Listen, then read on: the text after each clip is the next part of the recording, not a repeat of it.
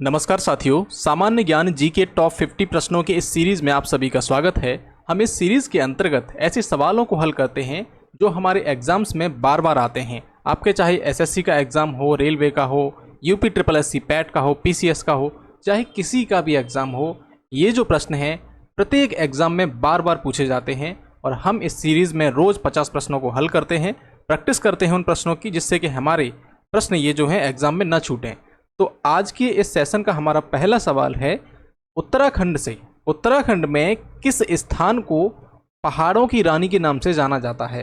तो पहला सवाल कह रहा है कि पहाड़ों की रानी के नाम से उत्तराखंड का कौन सा स्थान जाना जाता है? आपका विकल्प है मसूरी, नैनीताल, अल्मोड़ा या फिर उत्तरकाशी। तो पहले का सही जवाब है आपका मसूरी। मसूरी एक बहुत ही फेमस जगह है उत्तराखंड में। यही आपने सुना होगा Lal Bahadur Shastri national administration academy जो है आपकी लबासना, ये भी मसूरी के अंतर्गत है। और इसका गठन कब हुआ था उत्तराखंड का? तो यहाँ पर गठन समझिए, 9 नवंबर सन 2000 के अंतर्गत इसका गठन हुआ था। उत्तर प्रदेश से काटकर एक नया राज्य बनाया गया था उत्तराखंड, और ये 27वें राज्य के रूप में गठित हुआ था। 2007 में इसका नाम परिवर्तित कर दिया गया था उत्तरांचल से उत्तराखंड के रूप में। ओके, अगला सवाल है हमारा प्लासी के युद्ध से। तो प्लासी का युद्ध जो है किस वर्ष लड़ा गया था? हमारा दूसरा प्रश्न है प्लासी का युद्ध किस वर्ष लड़ा गया था? विकल्प हैं आपके 1757, 1764, 1857 या फिर 1782। तो इसका सही जवाब है 1757। दरअसल प्लासी का जो युद्ध है 23 जून 1757 को लड़ा गया था सिराजुद्दौला और अंग्रेज़ों के बीच में। सिराजुद्दौला जो है बंगाल का नवाब था और अंग्रेज़ों की तरफ से रॉबर्ट क्लाइव था। तो 23 जून को ये युद्ध लड़ा जाता है। कई बार एग्ज़ाम में ये डेट है 23 जून पूछ ली जाती है। ये जो आपका प्लासी है ये पश्चिम बंगाल के अंतर्गत नादिया ज़िले के अंतर्गत आता है। कहाँ पर आता है? नादिया ज़िले के अंतर्गत। अगला हमारा सवाल है तीसरा प्रश्न है गंगा नदी का उद्गम स्थल कहाँ है? तो गंगा नदी कहाँ से निकलती है ये पूछा गया है। विकल्प हैं आपके सतोपथ ग्लेशियर, दूसरा है मानसरोवर झील, तीसरा है गौमुख या फिर कहें गंगोत्री ग्लेशियर से, या फिर ब्रह्मगिरी ग्लेशियर। तो तीसरे प्रश्न का सही जवाब है गौमुख से निकलती है, और गंगा जो है हमारे देश की सबसे लंबी नदी है। चौथा प्रश्न है लोक नृत्य से संबंधित है। भगोरिया लोक नृत्य मध्य प्रदेश की किस जनजाति से संबंधित है? विकल्प हैं आपके भील, गोंड, बैगा या फिर सहरिया। तो चौथे प्रश्न का आपका जवाब है भील। हम आते हैं पांचवें प्रश्न पर। अब देखिए, जिस प्रश्न को एक्सप्लेन करने की ज़रूरत है मैं सिर्फ उन्हीं प्रश्नों को एक्सप्लेन करूंगा, उनके बारे में अतिरिक्त जानकारियां बताऊंगा। अदर जो प्रश्न हैं उनके बारे में नहीं बताऊंगा। ठीक है, ये सारे ऐसे प्रश्न हैं जो बार बार एग्जाम में पूछे जाते हैं। अगला पांचवा सवाल है आपका राज्यसभा की अधिकतम सदस्य संख्या कितनी है? मतलब अधिकतम सदस्य कितने हो सकते हैं राज्यसभा के अंतर्गत? तो हमारे कितने सदन हैं? 2 सदन है, राज्यसभा एक लोकसभा। तो राज्यसभा में कितने सदस्य होंगे? विकल्प हैं आपके 245, 250, 238 या फिर 252। तो पांचवा सवाल है आपका राज्यसभा में पूछे गए हैं। तो इसका सही जवाब है 250। कितना है? 250। और यही अगर हम पूछें कि लोकसभा के कितने सदस्य हो सकते हैं, तो लोकसभा के अंतर्गत वर्तमान की बात करें तो अधिकतम 550 सदस्य हो सकते हैं। इससे पहले 552 था नंबर, लेकिन अभी क्या हुआ है 104वां संविधान संशोधन होता है 2020 में, जिसमें इन 2 पदों को समाप्त कर दिया गया। 2 सीटें हटा दी गई क्योंकि ये आंग्ल भारतीय समुदाय से संबंधित थी। ओके, तो ये संविधान संशोधन याद रखना, 104वां संविधान संशोधन 2020 के अंतर्गत होता है। छठवां सवाल है आपका भारत का संविधान कब लागू हुआ था? लागू कब हुआ था ये पूछा गया है। विकल्प है 15 अगस्त 1947, 26 जनवरी 1950 या फिर 2 अक्टूबर 1949 या 26 नवंबर 1949। अब यहाँ पर बहुत सारे बच्चे इन 2 जगह डाउट में पड़ जाते हैं कि 26 नवंबर को लागू हुआ था या जनवरी को लागू हुआ था। तो देखिए, इसका सिंपल सा जवाब ये है कि ये लागू हुआ था, हमारा जो संविधान है वो लागू हुआ था 26 जनवरी 1950 को। तो इसका सही जवाब तो ये हो गया। लेकिन अगर ये पूछा जाए कि संविधान सभा ने कब अंगीकृत किया था, अपनाया था, तो आपका सही जवाब हो जाता 26 नवंबर। ठीक है, तो 26 नवंबर को संविधान सभा ने इसको अपनाया था। इसी कारण हमारे देश में 26 नवंबर को संविधान दिवस के रूप में मनाया जाता है। ठीक है, संविधान दिवस के रूप में मनाया जाता है। 15 अगस्त स्वतंत्रता दिवस, 26 जनवरी गणतंत्र दिवस, 2 अक्टूबर गांधी जी की जयंती के रूप में इसको मनाते हैं हम। अगला प्रश्न है हमारा सातवां प्रश्न कह रहा है भारत की पहली महिला प्रधानमंत्री कौन थी। तो पहली महिला प्रधानमंत्री कौन थी? सोनिया गांधी, इंदिरा गांधी, सरोजनी नायडू या फिर प्रतिभा पाटिल। तो 7वें प्रश्न का आपका सही जवाब है इंदिरा गांधी। मुझे लगता है इस सवाल को प्रत्येक बच्चा कर सकता है। अगला सवाल है अमरकंटक से कौन सी नदी निकलती है। अब अमरकंटक के बारे में अगर आप जानते होंगे तभी आप जवाब दे सकते हैं। तो 8वां सवाल के विकल्प हैं आपके गंगा, नर्मदा, गोदावरी या फिर यमुना। तो देखिए इसका सही जवाब है 8वें सवाल का नर्मदा नदी।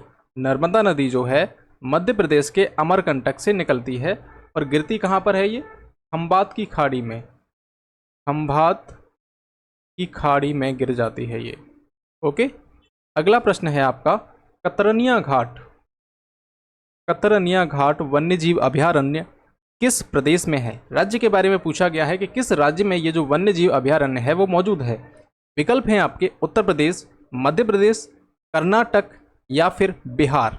तो इसका सही जवाब है उत्तर प्रदेश। उत्तर प्रदेश के अंतर्गत एक डिस्ट्रिक्ट पड़ता है बहराइच। कौन सा डिस्ट्रिक्ट है? बहराइच। बहराइच जिले के अंतर्गत, यूपी के बहराइच जिले के अंतर्गत ये जो कतरनिया घाट वन्यजीव अभयारण्य है ये पड़ता है। अब ये खबरों में रहा था क्योंकि यहाँ पर एक हाथी की डेथ हो गई थी और कई सारे अन्य जानवर थे उनकी भी डेथ हो चुकी थी, इसलिए ये खबरों में रहा था 2025 के शुरुआत में। अब 10वां सवाल देखिए आप, इंकलाब जिंदाबाद का नारा किसने दिया था? इंकलाब जिंदाबाद का नारा किसने दिया था? इस प्रश्न का सही जवाब है भगत सिंह। इसमें हमें कोई डाउट नहीं होना चाहिए, किसने दिया था? भगत सिंह। लेकिन यहाँ पर थोड़ी अतिरिक्त जानकारी और समझ लेते हैं हम, जैसे कि इसको सर्वप्रथम किसने दिया था? तो सर्वप्रथम दिया था मौलाना हसरत मोहानी। मैं लिख देता हूं यहां पर, मौलाना हसरत मोहानी। तो मौलाना हसरत मोहानी ने इंकलाब जिंदाबाद का नारा दिया था पहली बार, लेकिन इसको लोकप्रिय किसने बनाया? लोकप्रिय बनाने का श्रेय जाता है भगत सिंह को। 1929 में इन्होंने जब असेंबली बम कांड किया था, असेंबली में बम फेंके थे, उस टाइम इंकलाब जिंदाबाद का नारा दिया था भगत सिंह जी ने। उसके बाद से हमारे देश में ये फेमस हो गया। अब समझिए 11वां सवाल है आपका, विश्व में सबसे बड़ी ताजे पानी की झील। तो ताजे पानी की झील कौन सी है विश्व में सबसे बड़ी? विकल्प हैं आपके कैस्पियन सागर, लेक सुपीरियर, विक्टोरिया झील या फिर अरल सागर। ओके, तो ये झील हैं जो हमारे देश से बाहर की हैं। तो इसका सही जवाब क्या है 11वें प्रश्न का? 11वें प्रश्न का सही जवाब है सुपीरियर झील। क्या नाम है? सुपीरियर झील। तो Lake Superior, option B. Okay, Superior झील जो है आपकी यूएसए और कनाडा के बॉर्डर पर पड़ती है। अगला प्रश्न है 12वां, राज्यसभा में सदस्य का कार्यकाल कितना होता है? ये पूछ रहा है कि राज्यसभा के जो सदस्य होते हैं उनका कार्यकाल कितने वर्ष का होता है। विकल्प हैं आपके 4 वर्ष, 5 वर्ष, 6 वर्ष या फिर 7 वर्ष। कई बच्चे यहाँ पर 5 वर्ष लगा देते हैं, लेकिन यहाँ पर 5 वर्ष ठीक नहीं है। इसका सही उत्तर है 6 वर्ष। 5 वर्ष जो है आपके किस में होता है? लोकसभा के अंतर्गत जो सांसद बनते हैं उनका कार्यकाल 5 वर्ष होता है, लेकिन राज्यसभा में 6 वर्ष का कार्यकाल होता है और 1/3 सदस्य प्रत्येक 2 वर्ष में हट जाते हैं, मतलब वो रिटायर हो जाते हैं। प्रत्येक 2 वर्ष में 1/3 सदस्य राज्यसभा के अंतर्गत उनका फिर से चुनाव होता है। ठीक है, और अगर हम बात करें लोकसभा के सदस्य, इनका कार्यकाल कितना होता है? 5 वर्ष। आप बात करेंगे विधानसभा राज्यों के स्तर पर, इनका भी कार्यकाल 5 वर्ष का होता है और जिन राज्यों में विधान परिषद है उनके सदस्यों का कार्यकाल 6 वर्ष होता है। तो विधानसभा का कितना हुआ? 5 वर्ष, विधान परिषद का 6 वर्ष, राज्यसभा का 6 वर्ष। वैसे ही आपकी लोकल बॉडीज जो हैं, जैसे कि प्रधान हुआ और जिला पंचायत सदस्य हुए, इन सब का भी कार्यकाल 5 वर्ष होता है। अब आगे समझिए 13वां प्रश्न है, भारत का सबसे बड़ा नदी बेसिन कौन सा है? भारत का सबसे बड़ा नदी बेसिन कौन सा है? विकल्प हैं आपके गंगा नदी बेसिन, गोदावरी बेसिन, कृष्णा नदी बेसिन या फिर सिंधु बेसिन। तो 13वें प्रश्न का सही जवाब क्या है? 13वें प्रश्न का सही जवाब है गंगा नदी बेसिन। ओके, अगला प्रश्न है 14वां, भारत का नेपोलियन किसे कहा जाता है? विकल्प हैं आपके समुद्रगुप्त, चंद्रगुप्त, अशोक या फिर हर्षवर्धन। तो इसका सही जवाब है समुद्रगुप्त। समुद्रगुप्त जो है इनको भारत का नेपोलियन कहा जाता है, साथ ही इन्हें एक और नाम से पुकारा जाता है कविराज। कविराज की उपाधि भी इनको दी जाती है क्योंकि इन्हें कविताओं वगैरह इन सबसे बहुत प्रेम था। अगला 15वां सवाल है, प्याज के छिलके उतारने पर आंसू आ जाते हैं। क्योंकि प्याज निष्कासित करते हैं, मतलब आंसू इसलिए आते हैं क्योंकि प्याज कुछ निष्कासित करते हैं। अब वो क्या निष्कासित करते हैं? सल्फोनिक अम्ल, स्फेनिकल अम्ल और एमिनो अम्ल, कार्बोलिक अम्ल। इसका सही जवाब है 15वें का बी। कौन सा है? 15 का बी। 16वां सवाल देखिए, योजना आयोग के पहले अध्यक्ष कौन थे? योजना आयोग के पहले अध्यक्ष कौन थे? तो आपके विकल्प हैं doctor Rajendra Prasad, Jawaharlal Nehru, doctor BR Ambedkar और सरदार पटेल। तो इसका सही जवाब है जवाहरलाल नेहरू। 17वां प्रश्न है, भारत में पंचायती राज व्यवस्था की शुरुआत किस राज्य से हुई थी? विकल्प हैं आपके उत्तर प्रदेश, राजस्थान, गुजरात या फिर महाराष्ट्र। इसका सही जवाब है राजस्थान से हुई थी किसकी शुरुआत? पंचायती राज की। तो राजस्थान में एक जिला पड़ता है नागौर। नागौर जिले से 2 अक्टूबर 1959 को इसकी शुरुआत हुई थी। किसने की थी? जवाहरलाल नेहरू ने। ठीक है, जवाहरलाल नेहरू ने इसकी शुरुआत की थी। 18वां सवाल है आपका, निम्नलिखित में से कौन सा एक फल है? विकल्प हैं आपके अदरक, आलू, गाजर या फिर भिंडी। 18वें प्रश्न का सही जवाब है भिंडी। अब ये क्यों है? क्योंकि हर पौधा, मतलब जो एक फल की बात करें तो साइंस क्या कहता है, फल वही होता है जो फूल से बनता है। तो भिंडी में पहले फूल वगैरह आते हैं और उसी से ये बनती है, तो इसलिए ये भिंडी फल के रूप में गिनी जाती है। अब यहाँ समझिए, भारत का सबसे ऊंचा जलप्रपात कौन सा है? विकल्प हैं आपके जोग जलप्रपात, दूध सागर या फिर भेड़ाघाट या होगेनेकल। 19वें प्रश्न का सही उत्तर है आपका जोग जलप्रपात। क्या है? जोग जलप्रपात। ये भारत में सबसे ऊंचा जलप्रपात है। और कहाँ पर पड़ता है ये? कर्नाटक के शिमोगा जिले के अंतर्गत पड़ता है। कहाँ पर पड़ता है? शिमोगा डिस्ट्रिक्ट, कर्नाटक के अंतर्गत पड़ता है। इसे गैर सोप्पा फॉल्स भी कहा जाता है। और ये जो है शरावती नदी पर पड़ता है। कौन सा? जोग जलप्रपात। अब ये दूध सागर जो है आपका गोवा और कर्नाटक के बॉर्डर पर आपको देखने को मिलेगा। ये मांडवी नदी पर दूध सागर इसलिए कहा जाता है क्योंकि इसका जो पानी है वो दूध के जैसा लगता है। भेड़ाघाट जबलपुर मध्य प्रदेश के अंतर्गत पड़ता है। ये कहाँ पड़ता है? MP में पड़ता है, जबलपुर में, नर्मदा नदी पर पड़ता है ये भेड़ाघाट। और इसको धुआंधार जलप्रपात भी कहा जाता है। क्या कहा जाता है? धुआंधार, याद रखना, धुआंधार जलप्रपात। ओके, 20वां सवाल है आपका, हाँ होगेनेकल बता देता हूं मैं आपको। होगेनेकल जो है आपका तमिलनाडु और कर्नाटक की सीमा पर ये कावेरी नदी पर पड़ता है। इसे इंडिया का न्याग्रा फॉल भी कहते हैं होगेनेकल को। किस पर पड़ता है? कावेरी नदी पर। 20वां सवाल है आपका, किस राजा ने तंबाकू पर रोक लगा दी थी? विकल्प हैं औरंगजेब, जहांगीर, अकबर या फिर बाबर। 20वें सवाल का सही जवाब क्या है? वो है आपका जहांगीर। जहांगीर कौन था? अकबर का बेटा था और मुगल साम्राज्य का चौथा राजा था ये। 21वां प्रश्न देखिए, मूल भारतीय संविधान में किसकी बात कर रहे हैं? मूल भारतीय संविधान में कितने अनुच्छेद हैं? विकल्प हैं आपके 395, 448, 465 या फिर 444। इसका सही जवाब है 395। हमारा मूल जो भारतीय संविधान था उसमें 395 आर्टिकल कितने थे? 395। भाग कितने थे? 22 और अनुसूचियां थी 8।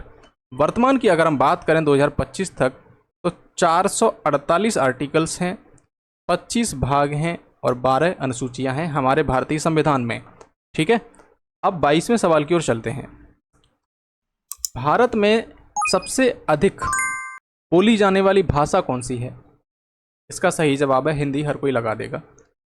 23वां सवाल देखते हैं, दीन ए इलाही धर्म किसने शुरू किया था?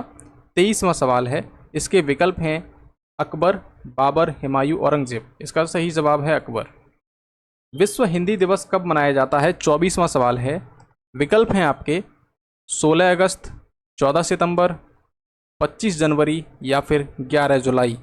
तो 24वें का जवाब है आपका 14 सितंबर। 14 सितंबर को विश्व हिंदी दिवस मनाया जाता है। सूर्य मंदिर कहाँ पर स्थित है? सन टेम्पल की बात की जा रही है, ये कहाँ पर लोकेटेड है? विकल्प हैं आपके कोणार्क, मदुरै, बेलूर या फिर पुरी। तो 25वें प्रश्न का सही जवाब है कोणार्क। ये कहाँ पड़ता है? उड़ीसा के अंतर्गत। 26वां प्रश्न है, काला पानी की सज़ा किस जेल में दी जाती थी? काला पानी की सज़ा Tihar jail, cellular jail, Agra jail या फिर अंडमान जेल। तो इसका सही जवाब है सेल्यूलर जेल। क्या है? सेल्यूलर जेल, जो कि अंडमान निकोबार की राजधानी पोर्ट ब्लेयर के अंतर्गत है। अंग्रेज़ों के टाइम पर जो हमारे क्रांतिकारी थे उनको ऐसी जगह ले जाया जाता था जो भारत से हज़ारों किलोमीटर दूर है, और समुद्र के बीच में इस जेल का निर्माण किया था इन्होंने। ना कहीं आ सकते हैं ना जा सकते हैं, मतलब एक एक बैरक बना दी जाती थी और बहुत बुरी यातना ये लोग देते थे। तो सबसे कुख्यात जो जेल मानी जाती थी उस समय वो यही जेल थी, सेल्यूलर जेल। भारत का सबसे बड़ा पशुपालक राज्य कौन सा है? 27वां प्रश्न कह रहा है भारत का सबसे बड़ा पशुपालक राज्य उत्तर प्रदेश, राजस्थान, पंजाब या फिर हरियाणा। इसका सही जवाब है राजस्थान। चिपको आंदोलन किससे संबंधित है? चिपको आंदोलन किससे संबंधित है? जल संरक्षण, वृक्ष संरक्षण, भूमि सुधार या फिर प्रदूषण नियंत्रण। तो इसका सही जवाब है वृक्ष संरक्षण। 28वें सवाल का सही जवाब है वृक्ष संरक्षण। अब ये जो चिपको आंदोलन है आपका 1973 में चमोली डिस्ट्रिक्ट से शुरू हुआ था। कब हुआ था? 1973, चमोली जिला। तब ये यूपी में पड़ता था, लेकिन सन 2000 के बाद में उत्तराखंड राज्य बन गया, तो अब ये उत्तराखंड के अंतर्गत आता है। तो चमोली डिस्ट्रिक्ट से इसकी शुरुआत हुई थी। तो ये वृक्ष जो काटते हैं उनको बचाने के लिए लोगों ने एक आंदोलन चलाया। उसको पेड़ जो भी होता था उसको ये गले से लगा लेते थे, ठीक है। और इसके प्रणेता माने जाते हैं सुंदरलाल बहुगुणा। अगला प्रश्न है 29वां। अब तक भारत के संविधान की प्रस्तावना कितने बार बदली गई है? तो ये आपका सवाल है प्रस्तावना से संविधान की। वो पूछ रहा है कि इसमें कितने बार चेंजेस किए गए हैं। तो 29वें प्रश्न का सही जवाब है ए। क्या है? ए। ये जो आपकी प्रस्तावना है अब तक केवल एक बार बदली गई है। 1976 में 42वें संविधान संशोधन हुआ था, उसमें ही इसको चेंज किया गया था। 1976 में 42वां संविधान संशोधन होता है, उसमें प्रस्तावना में बदलाव किया गया था और इसमें कुछ नाम जोड़े गए थे, धर्मनिरपेक्ष, समाजवादी और अखंडता, ये नाम जोड़े गए थे। भारत छोड़ो आंदोलन कब शुरू हुआ था? 30वां प्रश्न है भारत छोड़ो आंदोलन कब शुरू हुआ था? इसका सही जवाब है 1942। सर्वोच्च नागरिक सम्मान कौन सा है? पद्म श्री, भारत रत्न, पद्म भूषण, पद्म विभूषण। तो 31वें का सही जवाब है भारत रत्न। अगला सवाल है 32वां। तुम्मलपल्ले खदान, ये इंडिया के अंतर्गत है। तुम्मलपल्ले खदान, जिसमें विश्व का सबसे बड़ा यूरेनियम भंडार माना जाता है, अभी कंफर्म नहीं है, माना जाता है। और ये जो खदान है वो किस राज्य में स्थित है, ये पूछा गया है। तो 32वां सवाल का ऑप्शन है कर्नाटक, आंध्र प्रदेश, तमिलनाडु या फिर केरल। तो इसका सही जवाब है आंध्र प्रदेश। आंध्र प्रदेश में है ये, और कुडप्पा जिला पड़ता है आंध्र प्रदेश का, उसके अंतर्गत ये खदान पड़ती है। 33वां सवाल है, 1974 में भारत के कच्चा थीवू द्वीप को किस देश को दे दिया गया था? अब कच्चा थीवू द्वीप जो है वो किस देश को दे दिया गया था, ये पूछा गया है। श्रीलंका, बांग्लादेश, म्यांमार और मालदीव। तो देखिए इसका सही जवाब है श्रीलंका। कच्चा थीवू द्वीप जो है आपका इस जगह लोकेटेड है। यहाँ आपका ये इंडिया का मैप आपको दिख रहा होगा, ये यहाँ पर रामेश्वरम है जो कि इंडिया के अंतर्गत आता है, इधर ये श्रीलंका है। अब श्रीलंका और इंडिया के बीच में ये द्वीप था, तो इस द्वीप को लेकर विवाद चलता रहा है इंडिया और श्रीलंका के बीच में, दोनों अपना अपना दावा करते रहे, लेकिन 1974 में इसे श्रीलंका को एक संधि के माध्यम से सौंप दिया गया था। इसके बारे में ज़्यादा डिटेल में नहीं समझेंगे, आगे समझिए। बारूद का आविष्कार किसने किया था? बारूद का आविष्कार किसने किया था? 34वां प्रश्न है। विकल्प हैं आपके Roger Bacon, Colt, CV Raman या फिर डॉक्टर गेटिंग। तो इसका सही जवाब है रोजर बेकन। विश्व पर्यावरण दिवस कब मनाया जाता है? 5 जून को मनाया जाता है भैया, 5 जून। 36वां सवाल है, भारत में सबसे पुराना हाईकोर्ट कौन सा है? सबसे पुराना हाईकोर्ट इंडिया में। विकल्प है मुंबई, मद्रास, कोलकाता, इलाहाबाद। इसका सही जवाब है कोलकाता। 36वें प्रश्न का। इसकी स्थापना कब हुई थी? 1862 में कोलकाता हाईकोर्ट की स्थापना की गई थी। सर्वोच्च न्यायालय की पहली महिला जज कौन है? पहली महिला जज कौन है सर्वोच्च न्यायालय की? आपका जो सुप्रीम कोर्ट है उसकी। विकल्प है आपके फातिमा बीबी, लीला सेठ, इंदु मल्होत्रा, गीता मित्तल। 37वें सवाल का सही जवाब है फातिमा बीबी। 38वां प्रश्न है, पंचायती राज किस अनुच्छेद के तहत है? पंचायती राज की जो व्यवस्था है किस अनुच्छेद में इसका वर्णन है भारतीय संविधान के? इसका सही जवाब है 38वें प्रश्न का 40, आर्टिकल 40। नीली क्रांति किससे संबंधित है? दुग्ध उत्पादन, मत्स्य उत्पादन, अनाज उत्पादन या फिर फल उत्पादन? तो नीली क्रांति जो है आपकी मत्स्य पालन से संबंधित है। चंद्रयान 3 से संबंधित एक प्रश्न है। चंद्रयान 3 मिशन किससे संबंधित है? ISRO, DRDO, BARC, NTPC। तो इसका सही जवाब है ए, 40 का ए, इसरो से संबंधित है।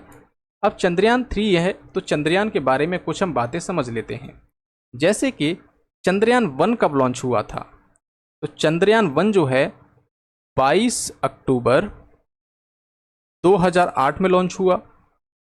2 कब हुआ था? तो 2 हुआ था आपका 22 जुलाई 2019 को। अब इसमें देखा था आपने कि जो लैंडर था विक्रम वो क्रैश हो गया था, लेकिन जो उसका ऑर्बिटर है वो अभी भी काम कर रहा है। चंद्रयान 3 की बात हम करें तो ये कब हुआ था? 14 जुलाई 2023 के अंतर्गत ये लॉन्च हुआ था। इसकी सॉफ्ट लैंडिंग हुई थी 23 अगस्त 2023 को। अब ये लैंड कब किया था? तो 23 अगस्त 2023 को इसने सॉफ्ट लैंडिंग की थी, और इसी के बाद से इंडिया जो है चंद्रमा के दक्षिणी भाग पर उतरने वाला पहला देश बन चुका था। अब यहाँ पर थोड़ा और समझिए, चंद्रयान 4 पे भी काम चल रहा है जिसको लगभग 2027 तक पूरा कर लिया जाएगा ऐसा बताया जा रहा है, और ये नमूना वापसी वाला यान होगा, मतलब चंद्रमा से कुछ नमूने इकट्ठे करेगा और इंडिया पर वापस लाएगा। अभी हाल ही में एक करंट में न्यूज़ आया चंद्रयान 5 को लेकर। चंद्रयान 5 जो है आपका इंडिया और जापान की एक संयुक्त परियोजना के रूप में काम कर रहा है, और ये भी 2027-28 का टाइम इसका भी है। 41वां सवाल है आपका, भारत का पहला उपग्रह कौन सा था? भास्कर, आर्यभट्ट, रोहिणी, इनसैट। तो इसका सही जवाब है आर्यभट्ट। भारतीय रिजर्व बैंक की स्थापना कब हुई थी? विकल्प हैं आपके 1935, 1947, 1950 या फिर 1931। तो RBI के बारे में पूछा गया है कि इसकी स्थापना कब हुई थी, तो 42वें प्रश्न का सही जवाब है 1935। कर्क रेखा से सवाल है कि भारत के किस राज्य से नहीं गुजरती है? इस पर ध्यान देना, किस राज्य से होकर नहीं गुजरती है।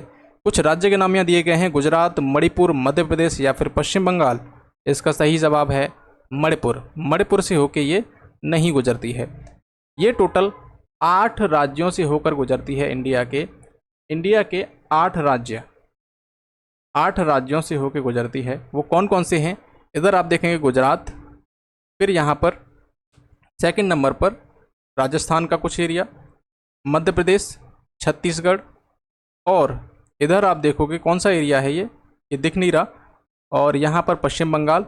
सातवां आपका कौन सा है, सातवां कौन सा है, त्रिपुरा, कौन सा है, त्रिपुरा, फिर मिजोरम, आठवां मिजोरम। ओके, इसका एक सूत्र भी है गमछा झार मित्र पर, गमछा झार मित्र पर, ये ट्रिक है, लेकिन यहाँ पर मैं इसको एक्सप्लेन नहीं करूँगा। अगर आप कहेंगे तो उसके लिए अलग से वीडियोस बना दूंगा ऐसे ट्रिक के लिए, उसे आप मुझे कमेंट बॉक्स में ज़रूर बताएं।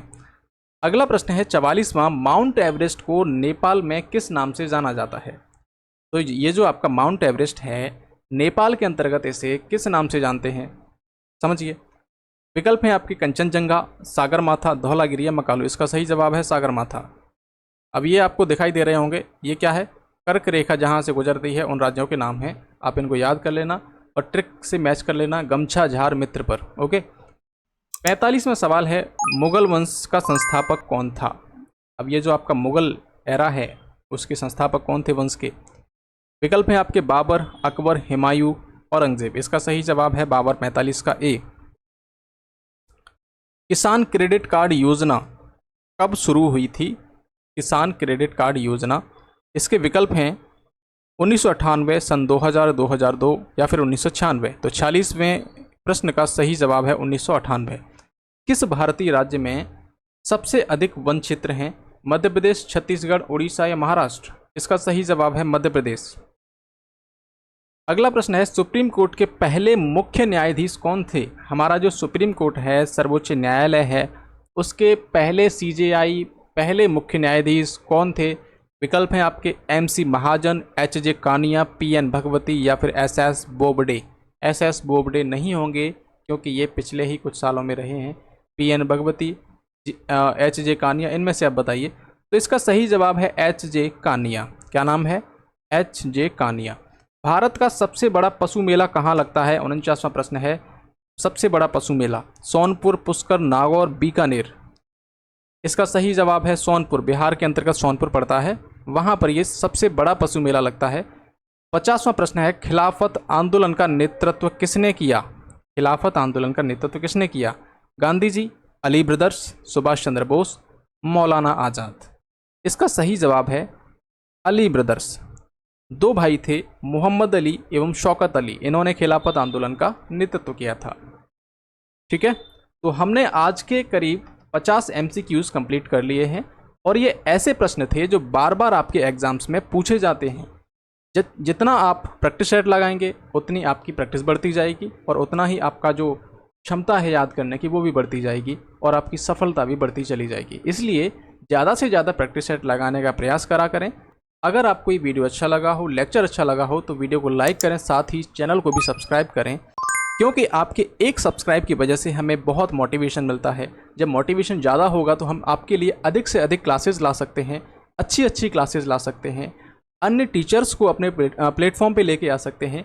इसलिए आप इस चैनल को सब्सक्राइब करें। अगर आप चाहते हैं कि ऐसे ही वीडियोस कंटिन्यू रोज़ाना आते रहें तो इस चैनल को प्लीज़ सब्सक्राइब करें, साथ ही इस वीडियो को भी लाइक करें, और अंत तक मेरे साथ बने रहने के लिए आपका बहुत बहुत शुक्रिया।